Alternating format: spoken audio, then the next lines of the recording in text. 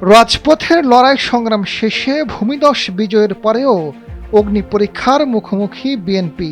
দেড় যুগ ধরে একচ্ছত্র শাসন করা আওয়ামী লীগের পতনে দেশের রাজনীতিতে নতুন অধ্যায় শুরু হয়েছে। বিপুল ভোটে জয়ী হয়ে রাষ্ট্র পরিচালনার দায়িত্ব নিয়েছেন তারেক রহমান। আগামী 12ই মার্চ বসতে যাচ্ছে সংসদের প্রথম অধিবেশন। এই অধিবেশনকে ঘিরেই রাজনীতির ভেতর বাইরে চলছে নানা কৌতূহল। বিএনপি সরকার গঠন করে স্বস্তিতে থাকলেও রাষ্ট্র সংস্কার ও জন আকাঙ্ক্ষা পূরণে নানামুখী চ্যালেঞ্জ তাদের সামনে। প্রথমবারের মতো জামায়াত এনসিপি জোট সংসদে বিরোধী দলে, ফলে এবার ভিন্ন অভিজ্ঞতার মুখোমুখি হতে হবে দলটিকে। একসময় রাজপথের মিত্র জামায়াত সংসদের প্রধান বিরোধী দল। বিএনপি ও জামায়াতের নতুন মুখোমুখি অবস্থান সংসদীয় গঠনতন্ত্রে কেমন প্রভাব ফেলে তা নিয়ে কৌতূহল তুঙ্গে। জামায়াত ও এনসিপি নেতারা বলছেন, সংসদে সরকারের প্রতিটি পদক্ষেপকে গঠনমূলক সমালোচনার কাঠগড়ায় দাঁড় করাবেন। তারা ছায়া মন্ত্রিসভা গঠনেরও কথা বলেছেন।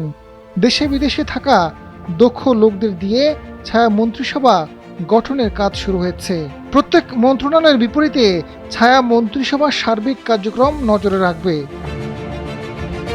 এদিকে বিএনপি কৌশলগত কারণে ডেপুটি স্পিকার পদটি জামায়াতের জন্য ছেড়ে দিতে সম্মত হয়েছে, যা দেশের রাজনীতিতে নতুন এক সমঝোতা ও একই সঙ্গে সংসদীয় লড়াইয়ের ইঙ্গিত দিচ্ছে। তবে জামায়াত পদটি নাও নিতে পারে। বিএনপির সবচেয়ে বড় চ্যালেঞ্জ জুলাই সনদ বাস্তবায়ন। জুলাই বিপ্লবের চেতনা ও রাষ্ট্র সংস্কারের যে অঙ্গীকার নিয়ে এই সরকার গঠিত হয়েছে, তার অনেক কিছুই এখনও অমীমাংসিত।